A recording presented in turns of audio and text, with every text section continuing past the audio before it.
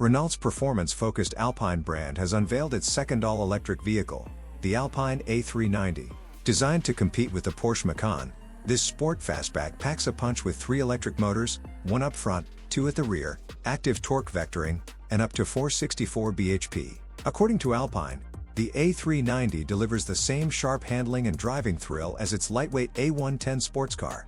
The A390 has been in development for some time, first previewed by last year's bold A390_Sharp S concept. Much of that concept styling carries over. The full-width light bar and slim DRLs remain, while the aggressive vents and slashes have been toned down for production. The illuminated Alpine logo on the front has been replaced with a traditional black badge, and new bumper-integrated headlights, absent from the concept, have been added. After all, real roads require real visibility. From the side, changes are minimal. The alloy wheels have been slightly tweaked, but the rugged cladding and clean surfacing stay true to the concept. Plush front door handles and hidden rear handles in the C-pillar help maintain a sleek profile.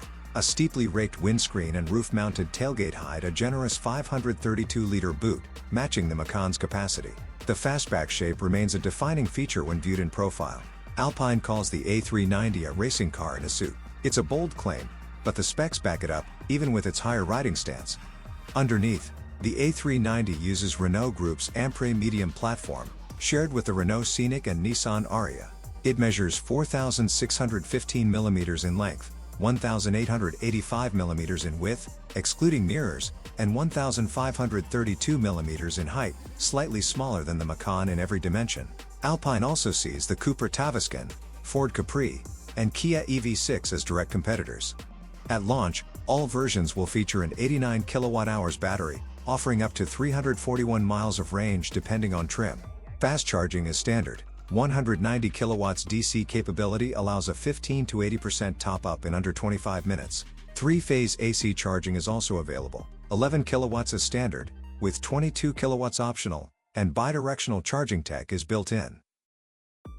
At launch, Alpine will offer 2 triple-motor versions of the A390, the GT and GTS. The GT delivers 395 bhp and 650 Nm of torque, hitting 0 to 62 miles per hour in 4.8 seconds. The GTS ups the output to 464 bhp and 808 Nm, dropping the sprint time to 3.9 seconds, quicker than a Porsche Macan 4S. A less powerful dual-motor version is likely to join the lineup later. What Alpine really wants to spotlight, though, is the advanced tech packed into the A390. Despite tipping the scales at just over 2.1 tons, the brand is calling it a true 5-seater sports car. The goal is to carry over the sharp dynamics and performance the brand is known for, even in an SUV format. The A390 features 5 drive modes, including a dedicated track mode for more aggressive driving. It also introduces Alpine Drive Sound, 2 original soundscapes designed to enhance the driving experience without mimicking the A110's exhaust note. Don't expect any fake gear shifts a la Hyundai Ioniq 5N. Alpine thinks that kind of simulation feels too forced. Chassis-wise, the A390 boasts near-ideal 49/51 weight distribution and a low center of gravity, thanks to its floor-mounted battery. It rides on a bespoke passive suspension system and is equipped with significantly upgraded brakes. However, there's no 4-wheel steering. Alpine prioritized a purist, driver-focused feel over added complexity. Alpine CEO Philipp Krief summed it up: the A390 is the quintessential Alpine, sporty, high-performing, packed with tech and refinement, and built for everything from daily driving to all-out fun behind the wheel. Inside, the Alpine A390 blends performance-focused design with advanced tech, drawing clear inspiration from the Renault Scenic's interior layout. The dashboard features dual digital displays that are subtly angled toward the driver, creating a cockpit-like feel. These screens run a Google-based infotainment system, now a staple across the Renault Group lineup, and integrate an upgraded version of the A290's telemetry suite. Drivers will have access to live performance metrics such as lateral and longitudinal G-forces, ideal for those who like to keep track of on-the-limit driving.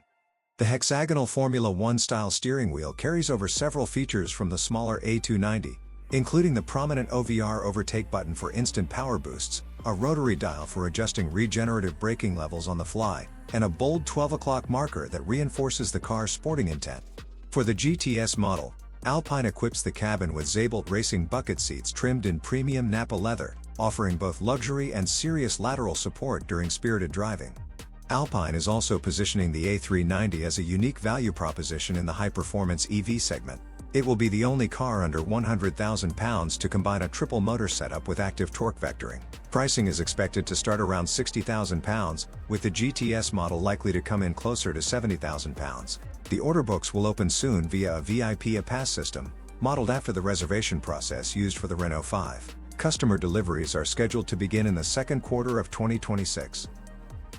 We'll still have to wait a bit longer to get behind the wheel of the Alpine A390 on UK roads, but an early prototype drive on a frozen lake in Swedish Lapland offered a revealing first taste. While it doesn't aim to replicate the ultra-lightweight, razor-sharp dynamics of the A110, Alpine is adamant that the A390 has been engineered for serious driver engagement. Every aspect of the shared Ampere medium platform, also used in the Nissan Ariya, has been reworked to deliver a more performance-oriented experience. Unlike the Ariya Nismo, which sticks to a dual-motor setup, the A390 uses a tri-motor layout. One motor drives the front axle, while two at the rear enable true torque vectoring. Full performance specs were still under wraps during the ICE test, but even in those low grip conditions, the A390 felt considerably quicker and more responsive than the Ariya. Alpine says its straight line speed is on par with the A110R, which is no small claim. No, the steering doesn't quite match the delicate feedback of the A110, but the rear axle's twin-motor configuration unlocks a level of agility that puts the A390 a step ahead of smaller EV siblings like the A290. Torque vectoring helps the car pivot confidently even on slick surfaces, and thanks to the low-mounted battery pack, the A390 maintains a low center of gravity. Combined with near-perfect 49-51 weight distribution and Alpine-tuned suspension, the result is a surprisingly nimble SUV that hides its 2.1-ton mass better than expected. The A390 inherits its normal and sport drive modes, as well as familiar steering wheel controls, from the A290. What's new is a dedicated track mode that dials back the stability systems, giving the driver more freedom and control. Crucially, it also allows for full modulation of power through the throttle, rare for EVs, and that adjustability was especially noticeable on ICE. It's not just a gimmick, it gives skilled drivers room to play, refine, and explore the car's balance in a way few electric SUVs currently allow. If this early prototype is anything to go by, the A390 may not be a spiritual twin to the A110, but it's shaping up to be a serious driver's EV in its own right.